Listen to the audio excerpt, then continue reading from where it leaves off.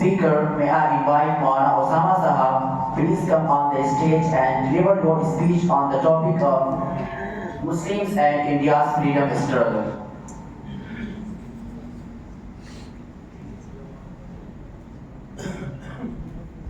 Alhamdulillah Rabbil Alameen, wassalatu wassalamu ala sayyidil anbiya wal mursaleen wa ala alihi wa sahbihi ajma'een. Respected teachers, distinguished judges, and dear intellectual ulama, in this gathering, I will shed some light on the sacrifices of Indian Muslims for freeing India from the clutches of the English. Dear audience, the onslaught of Europe on India started with the Portuguese pirates in 17th century, but it all heightened when the Englishmen of East India Company, disguised as traders, established a basis with an eye on India's wealth and land. Shah Muhammad Sb was the first person who apprehended the danger. He chalked out a plan of complete revolution.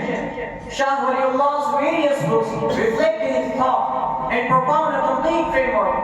Shah Waliullah is the front runner of this field. Later, his sons and pupils forwarded his mission. Meanwhile, the company began to expand its area.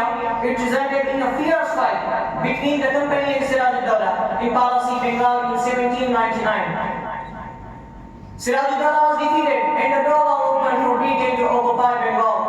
Afterwards, Hyder Ali and his son Tipu Sultan stood up to stop English estates in southern India. But this campaign suffered amid sedition of Afghans, and Tipu was martyred fighting in Seringapatam in 1799. The English general climbed up his dead body and shouted, "From today, India is ours." Finally, one day in 1803, the Mughal king in Delhi was forcibly asked to sign a treaty that read, "The people for Allah, the country for King, His Majesty and the order for the company."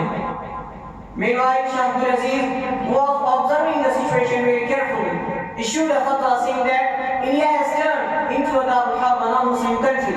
Muslims must wage war against the British, but the ground was not prepared to start a revolutionary movement. So Sayyid Ahmad Shahid, a disciple of Shah Abdul Aziz, with his companions migrated to Kandahar in Afghanistan in search of a land from where he can run a revolutionary movement. Unfortunately, the greatest militant movement of the subcontinent suffered sedition of the arms and finally collapsed.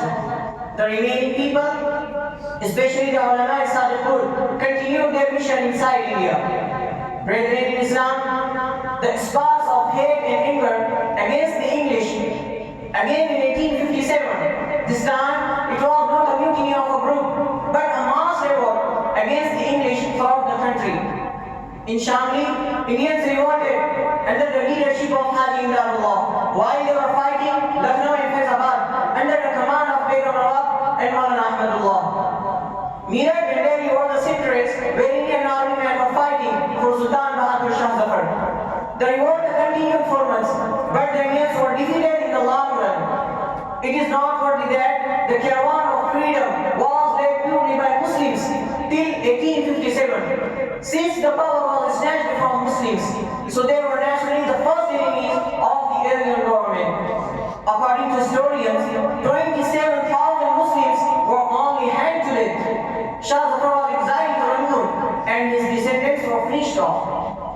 After the defeat of the 1857 revolution, the Muslim leaders changed their strategy. They started setting up educational institutions across the country to combat the disastrous British policies. On the foremost of them was Maulana Muhammad and his colleagues, who established the Darul in Deoband to produce a team of ulama who could fight eyeball to eyeball with the British government. The first student of Darul Deoband, Maulana Muhammad Hassan, known as Sheikhul Hind, chalked out a plan known as Reshmi al-Tahriq Silk Letters Movement. Sheikhul Hind had a spread agreement with the Ottoman Caliphate of Turkey to attack on British bases in India and prepare ground for revolt. But this plan also was subtle and consequently he was arrested and sent to Malta Island.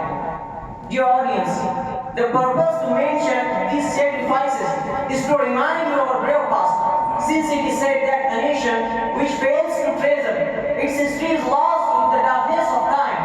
Such a nation has nothing that inspires it to face new threats with courage and determination. May Allah keep Muslims of India safe and prosperous, and may India be the most peaceful and flourishing place in the world. Here I conclude my speech. وآخر دعوانا الحمد لله رب العالمين.